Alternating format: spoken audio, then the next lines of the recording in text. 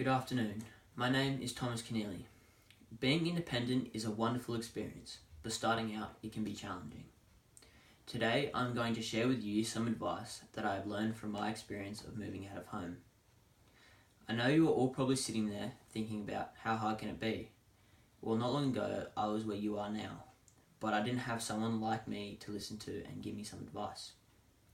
Well, I had my parents, but let's be honest, what would they know, right? So before I begin, I want to share with you a little bit about what I thought it would be like when I moved out. This is what I thought I'd be living in when I moved out. This is what I live in with 3 of my closest friends. This is what I thought I'd be driving when I moved out. This is what I am now driving. This is what I thought I'd be eating when I moved out. This is what I'm eating. Well, most of the time. Today I'm going to talk about the 4 biggest issues that I found when moving out and getting my independence.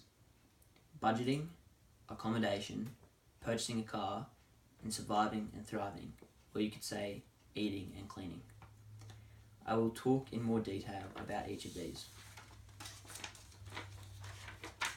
Budgeting is the most important part about moving out of home. Initially, when I was thinking about moving out, I considered all the big expenses that I could think of, but I didn't account for some of the hidden ones that I found later on. I recommend that before you move out, you start by preparing a spreadsheet and listing all the expenses you think you will encounter when you move out, as well as what your income will be and what things you can do to reduce your costs, such as house sharing, food budgeting, and so on. Here is an example of what table format I used. You can start by using this development or your own. Of course, everyone's initial income and available money will be different. Once you have done your initial planning and decided that you can afford to move out, I recommend you go to moneysmart.gov.au, which is a much more comprehensive budgeting and planning tool. Arranging accommodation is one of the more difficult aspects of moving out of home. When looking for a house to live in, I considered a number of key factors, mainly aimed at reducing my cost of living. I recommend that you consider these as they definitely work for me. As I was intending to share with 2 mates, I researched a house that I could accommodate all of us comfortably, but it's still important to have your own privacy. I also wanted to find a house that had a 12-month lease so that I could have some stability while I was studying. The other main things I looked for was that the house was near my uni and or place of work, that there was a bus stop within walking distance, if there are bike paths, and finally, if there are local shops nearby. It is really a bonus if you don't have to use your car all the time. That is a great way to save you money. When researching a place to live, I recommend either Allhomes or realestate.com. Both websites provide lots of options and they are pretty detailed advertisements. You have to make sure, if you are moving in with others, that all of your names are on the leases, so that everyone living in the house has equal responsibility for the costs and upkeep of the home. In addition to making sure you are all on the lease document, it is important that where possible each person is listed on the utility bills as well. This will reduce any problems should someone decide to move out suddenly and not pay their outstanding commitments. This is extremely important.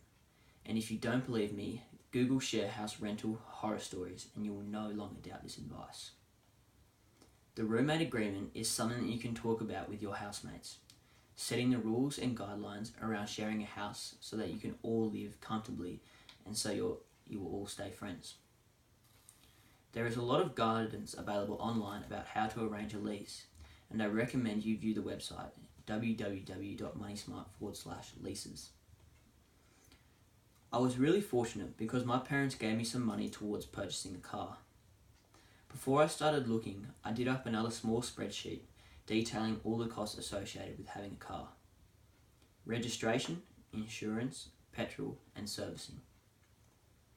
I also found the act.gov.au shopfront provided really useful information about how to go about buying a car and what everyone's responsibilities are, such as the buyer and the seller. Once I had settled on a budget, taking everything into account, I went online to carsales.com to find a car. I looked at the things such as fuel efficiency, how much registration was left on the vehicle, etc. I took my dad along with me as well when I had a look. It was always a good idea to take someone, preferably someone who has been an adult for a while and purchased a car before. Wow, so no one told me that the cleaning fairies or the cook would not follow me to my own house. That was probably one of the biggest shocks for me moving out. So I recommend, as part of your roommate agreement, you talk openly about standards of cleanliness as part of your roommate agreement. Cleaning products can be expensive, but from my experience, the home brand ones are just as effective as the name brands. Food is the other big cost, and upfront I recommend you talk to your roommates about how you all prefer to manage this. With my roommates, we put a small amount of money aside each week to purchase common items that we have previously agreed on, such as milk, toilet paper, etc. Otherwise, we all manage our own meals, which is the best approach for us as we all have difficult schedules at uni and work.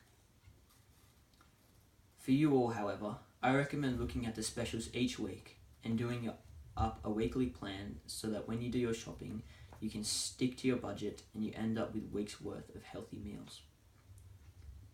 Thanks very much for your time today. I wish you all good luck as you move out. I haven't had to move back with my parents yet, so I think my advice is pretty useful. I have also got a handout here with the key points and websites for you so you can take it away. Are there any questions?